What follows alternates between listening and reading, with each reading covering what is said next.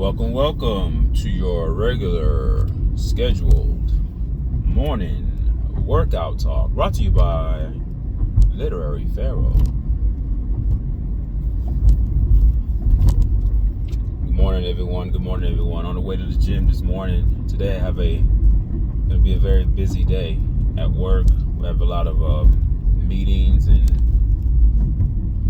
all day it's gonna be just running, and then at the end of the day I have a presentation to give.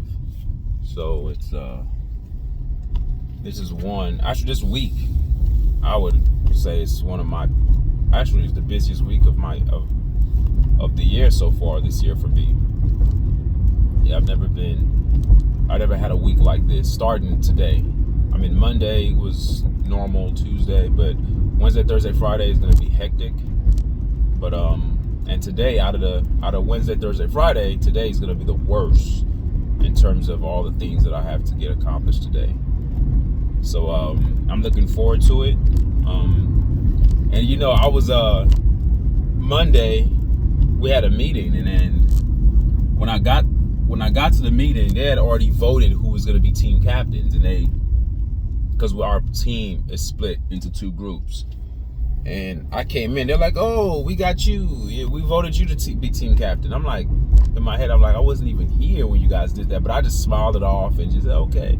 And then my coworkers, they were like, we knew you'll take it easy. And I said, yeah, I'm good, because I have a mentality at work that we got to get work done. It's kind of the same mentality I have when I go to the gym and everything that I do. I always tell people, like, it's not, I don't look into the minor details. Whether they voted me team captain or not, we would still have to go do the work. The only thing with a team captain is I'm just responsible for getting out the materials before we get inside the building to do our meetings. It's nothing major, but but it feels good that my team trusts me that way, that they feel like I can do it. Or maybe it's them just trying to escape responsibility. You know how certain people at work, they want to just do the bare minimum. Don't get me wrong, I get like that sometimes too, but there are times where bare minimum is not an option, because there's certain times at work where you are auditioning, so to speak, like you're auditioning for your next advancement, or if you're transitioning into something greater. So I'll give you an example. If I'm at work and my supervisor's watching me, you're damn right I'm gonna do more than a bare minimum. But if he's not watching me, I'm gonna do the bare minimum, because I have to choose and be selective in how much energy I exert at certain points at work. Because we're all wage slaves, and I've been a big advocate of a person that's against that entire dynamic of being a wage slave. So I'm not going to sit here and say, oh, go to hard and work hard. No, you work hard at the right times and you pull back. You pull back. You don't want to burn yourself out. Who are you proving yourself to? No. So there are certain times where, I'm going to show out. But there are certain times I'm going to just relax.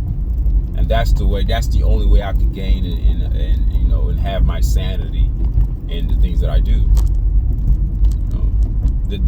Like I told my brother, a couple of weeks back, I said, there's only one thing that I go hard at, is my family and going to the gym, taking care of myself and taking care of my family. I'm not gonna go hard at work. Work is just a way for me to gain money to do the things that I need to do, like put a roof over my kids' heads, put food on the table, pay bills, the stupid things that we all do as wage slaves. I'm not gonna kill myself at work, but I will kill myself in the gym, and I will kill myself in my family. Those are the two things that are most important. Work is not really even on the priority scale. Work doesn't define me. It's just somewhere I go. It's a time waster to me. People say, oh, my manager, my coordinator, he was speaking to us the other day. He was like, you guys got to make sure you come to work on time, and don't steal time. And I'm like, stealing time? You sound like a slave, dude. Stealing time. They're stealing our time. See, we flipped it. We totally have this whole thing reversed. We look at our jobs as if we look at the industry, right? Underneath this current military industrial complex that we are under, we tend to view the the outlook of industry as the divine, as the thing that's the most important. And we view ourselves, we do it consciously, sometimes subconsciously, but we do it to the point, we do it in terms of even the way we talk, the way we act. Think about it, like we rush to work, even the way my coordinator was speaking about, when you clock in on time, don't steal time, still in time. They're still in time from us. We are the divine, not the industry.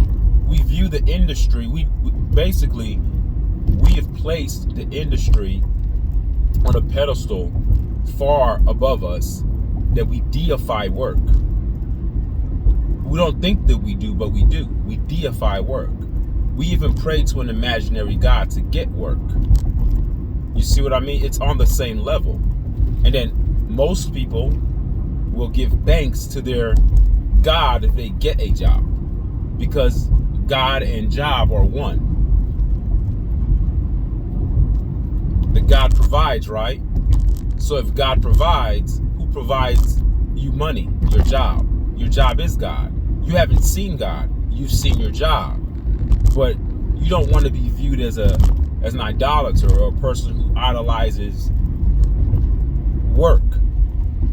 So in order to appease your conscience, to not have a guilty conscience, you pseudo-spiritualize your entire thinking process. Pseudo-spiritualism is not real spiritualism. It's the Western way of spirituality, which is what we have here in the West. People go to church, go back, and think that's spirituality. That's not spirituality. You're just going to a class to have a discussion and listen to a person speak. It's a monologue. You have a person just reading a book and preaching to you and talking to you, and we think that's spirituality. It has nothing to do with that. Spirituality is more scientific than it is physically going to a place to listen to somebody talk.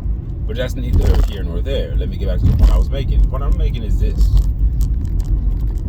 We idolize work. So in another way, in order to appease our conscience, we have to somehow insert a pseudo-spiritual mechanism in there, and that pseudo-spiritual mechanism is God. Say that, oh, God provided this, God provided this work for me. God provided. No, the only way that a true God provides is if you were sitting on your ass and everything that you wanted was just provided to you by some being. That's the way my mind works logically. I don't sit there and pursue money and pursue jobs, right? And then thank some unknown being that I've never freaking seen and say, oh, thank you for providing this job for me. And then look down on other people who don't believe in your God, but are pursuing the same job you did. And then you look at them as if they're part of a secular world, that they're chasing money, but you're chasing the same damn thing. The only caveat to your pursuit is that you're inserting a pseudo-spiritual insert mechanism in there, all right, to absolve you of the same indictment that you're giving other people who are part of the quote-unquote secular world. Isn't that how it works? We religious people point the finger at people for doing the same thing that they're doing. The only thing that the difference is that you're calling it God gave it to me, but the secular people don't say God gave it to me. They just say, oh, I got a job. I'm just thankful. You see how that works? So we have to be careful. We deify work. We do. We all do. Some more than others. We deify it. So, I mean, we have to be very careful. So that's why I'm telling you guys, like, when you're at work, you don't go hard like that. There are going to be certain times when you guys are busy and you need to do stuff. Of course, you get things done efficiently. You don't want to go there and not get your work done, because then there are repercussions. You can get written up. At worst, you can get fired, stuff like that. We don't want that, because then you lose your source of income. You got to be wise. Even though I don't like the system, it doesn't mean that I'm going to buck the system to the point where I'm getting penalized and then ultimately getting removed from my position. I don't want to do that. That's not smart. That's not smart at all. Yeah. Yep. Let's see what this is. Yeah. So I'm here now, man, in the parking lot. Quite a few cars here. This is more cars that are usually here by the time I get here. 1, 2, 3, 4, 5, 6, 7, 8. Me, 9. I'm the ninth car.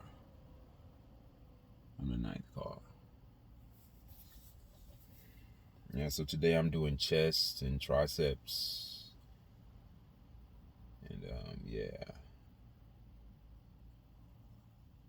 But I can't. I have to try to get out of here early though, because I gotta being a team captain. I have to make sure I'm there early to get everybody set up. So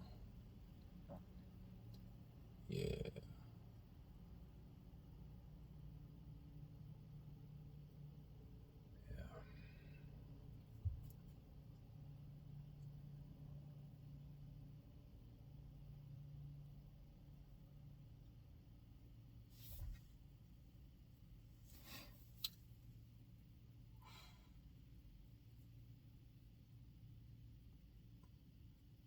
Yeah, guys.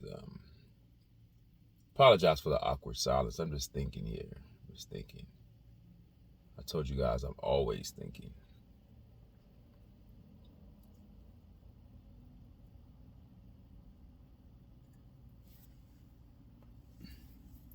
Oh, I didn't tell you. Did I tell you guys a story of the? Did I tell you guys about the girl the girl in the gym who keeps smiling at me? And then I don't know if I told you guys a story of when she came by and shook my hand. I don't know if I told you guys that story. But yeah, if I have, well, I'll probably repeat it again. But yeah, that happened like last week. She wasn't in there. See, I only come Monday, Wednesday, Friday. She wasn't in there Monday. And hopefully I'll be out of here before I see her again today. And I have to, as men, we have to be very careful to avoid traps. Our ego gets filled, especially when a woman is physically gifted, if you know what I mean. She's not an ugly girl. It's just, in life, I've always been that way. I limit places. Like if I know I have a susceptibility to get into something that's not going to be to my benefit, I try to limit my exposure to it. That's the only way that I can mitigate certain things. I don't want to put myself in a position where I start to flirt with the idea of doing something that'll be immoral. And not because of a God, it's to my family, to my wife. I wouldn't want to do anything to disrespect my wife, nor would I want her to do anything to disrespect me. So, yeah. There's some girls out there that set thirst traps for men, and they know what they're doing, and they know our weakness. They're very clever. And I think this girl, she probably thinks if I keep smiling at this guy, she knows I'm married. She's seen my wife and I at the gym before, because there's certain times our schedule allows it where me and my wife will come to the gym together and work out. So, maybe this girl's being nice. Maybe I'm the one overthinking it, but I don't know. That's not normal. That's not normal behavior. You know what I mean? Smiling at somebody, waving, and then coming to shake their hand. Like I don't know you. I don't have history. We didn't go to school together. We didn't grow up as kids. I don't have any past history. So I don't know.